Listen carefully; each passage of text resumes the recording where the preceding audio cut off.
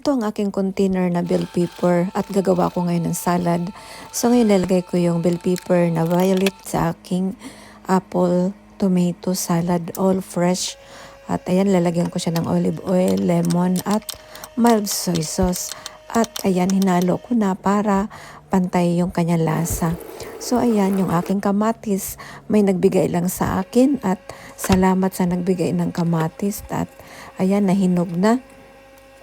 So, ayan, hiwain ko lang siya ng maliliit para laging sariwa ang ating skin. Kaya kailangan natin ng mga na pagkain sariwa. So, ayan na po ang aking fruits na bell pepper at ito ay matamis din at binili ko lang ito sa supermarket at ayan, hinihiwa ko na ng maliliit para masarap siya kainin pag maliliit, no?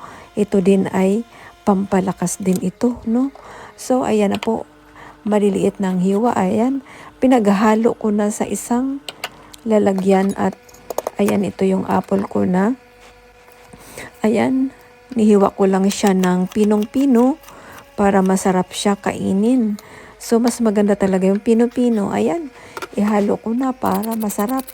Nilagyan ko lang siya ng kunting pink salt, lemon, at lagyan ko siya ng olive oil. At ito po, ready to serve.